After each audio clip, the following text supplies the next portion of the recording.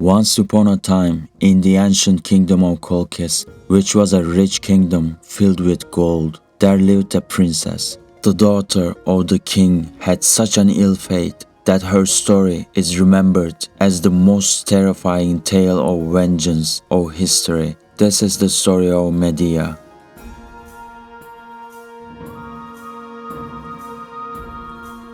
Princess Medea fell in love with the enemy of her father, a Greek adventurer called Jason. Even though the king hated Jason, Medea turned her back on her father and her homeland for the sake of love. She came to Greece with Jason. From this marriage, they had 2 sons. However, Jason abandoned Medea to marry another princess, the princess of the Kingdom of Corinth. Jason fails to comprehend the pain of Medea, who lost her father, her country, and everything in her journey to Greece. But her sacrifice meant little to Jason. Filled with anger and agony, she swore to seek revenge. To take revenge on Jason, she poisons and kills the new bride and her father Creon the king.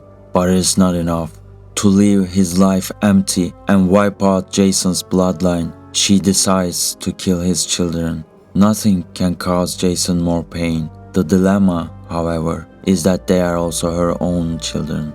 Medea has 2 choices in front of her, to kill or to forgive. Her anger compels her to kill and destroy Jason, while her reason advises against it. How can anger make a person do something like this? The situation that Medea finds herself in is philosophically important to understand people who are overtaken by their emotions, namely their anger. We will try to comprehend this battle between emotions and reason from the perspectives of Plato and the Stoics. Does a person control their emotions, or do emotions control the person?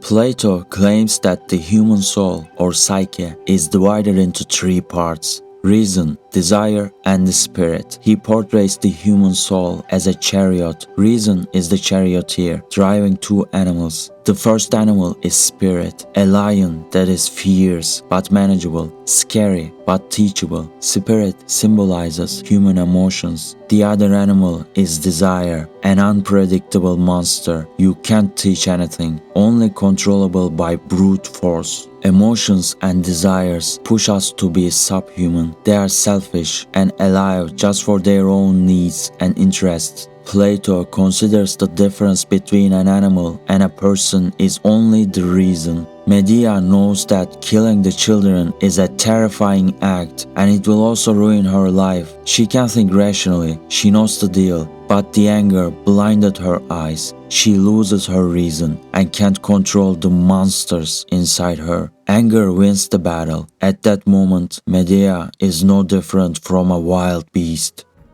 Stoics, however, took a different path to make sense of Medea's story.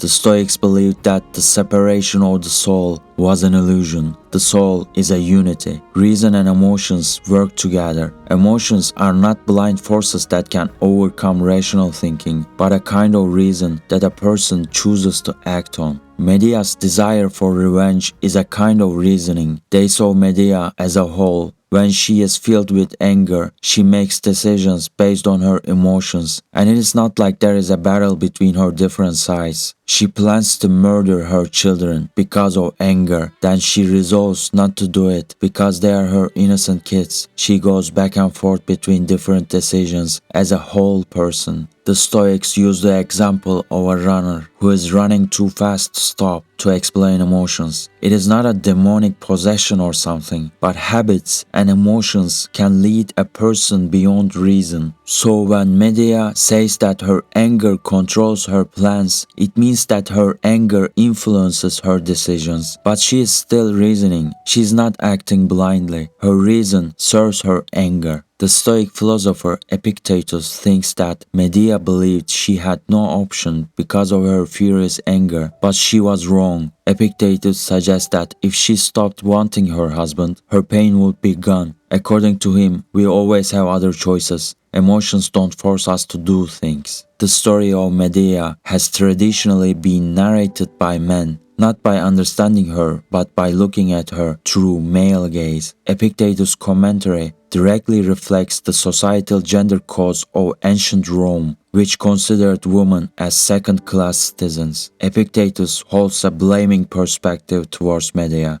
Abandoned in a foreign land, Medea is scorned and oppressed. Her story encapsulates a helplessness imposed upon women. What sets Medea apart from other women is her extremely radical reaction to this situation.